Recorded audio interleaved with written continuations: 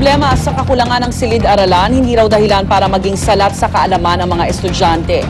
Ayon po sa Department of Education, susubukan nilang ibang paraan ng pagtuturo sa mga bata bukod sa tradisyonal na leksyon sa loob ng classroom. Narito ang report ni Sandra Aguinaldo.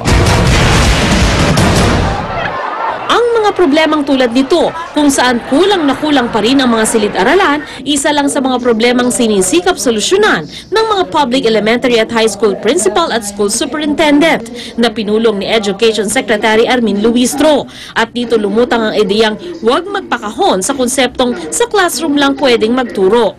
Hindi lamang na nandoon sa schools na pwede kaming gumamit ng mga nasa labas, kagaya ng yung mga hindi usually nakikita na pwedeng magamit, kagaya ng mga internet cafes at iba pang mga resources sa barangay. Meron silang panahon na nandun sila sa classroom, may panahon na nandun sila sa kanilang small group at sila ay gumagawa na kailang project, may panahon na meron silang ginagawang activity sa labas. Kahit daw kasi anong gawin ng DepEd, sadyang kulang daw ang mga classroom sa Metro Manila dahil sa paglobo ng populasyon. Itong mga nagdo-double shift at saka triple shift na ito, talagang hindi na pwedeng magtayo ng classroom kasi wala na talagang lupa. Talagang kailangan tayong gumamit ng mga bagong paraan. Kaya imbes na tradisyonal na leksyon sa loob ng classroom, susubukan daw ang ibang paraan. Wala kaming sasantuhin.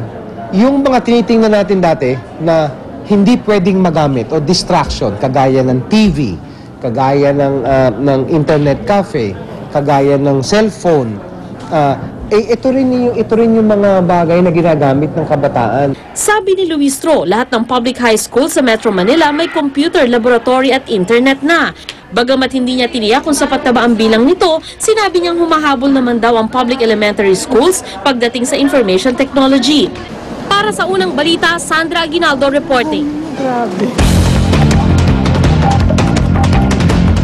Kwento naman ng inspirasyon, isang ginang sa Cebu ang patuloy na nangangarap na makapagtapos ang kanyang pag-aaral.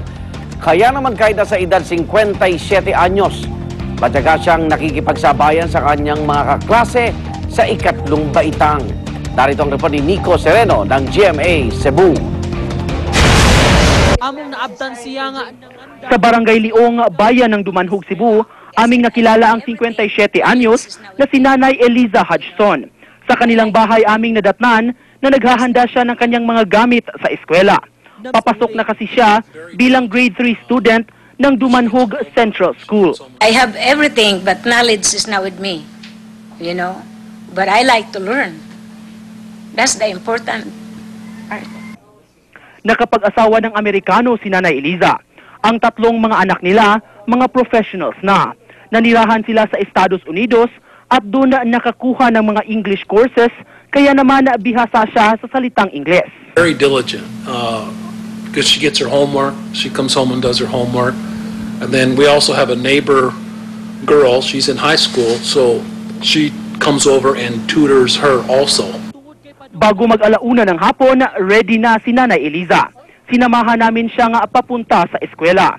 Pagpasok sa classroom, parang maestrang sinalubong si Nanay Eliza ng kanyang mga kaklase halos kasing edad ng mga apo niya. Good afternoon, everybody!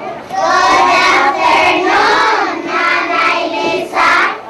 Ayon kay Nanay Eliza, sinikap niya nga makatungtong sa paaralan, bagay na hindi niya nagawa nung kabataan niya dahil sa kahirapan. Himuon siya untang model sa mga out of school youth, kanang uban nga mga ginikanan gani nga ibaliwala ra nila ang ilang mga bata niya, kanang dili nila i-value ang education. Ayon naman sa principal, maaaring mag-enroll si Nanay Eliza sa alternative learning system para maaaring ma-accelerate sa high school o ibang levels.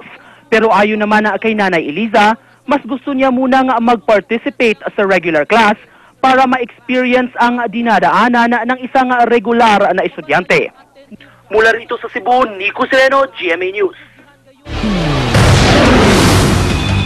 Isang lalaki patay matapos atakihin ng nag-amok na elepante sa India. Mahigit 20 kumpirmadong patay sa matinding pag-ulan at pagbaha sa China.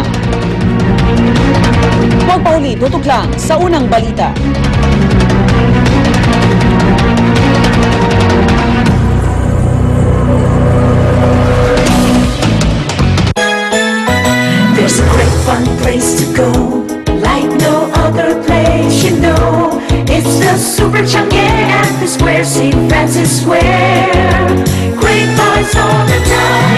St. Francis Square, Wata, or groceries. Linggo-linggo. Every week, you can win 20,000 pesos cash or 20,000 pesos worth of grocery. Fantastic!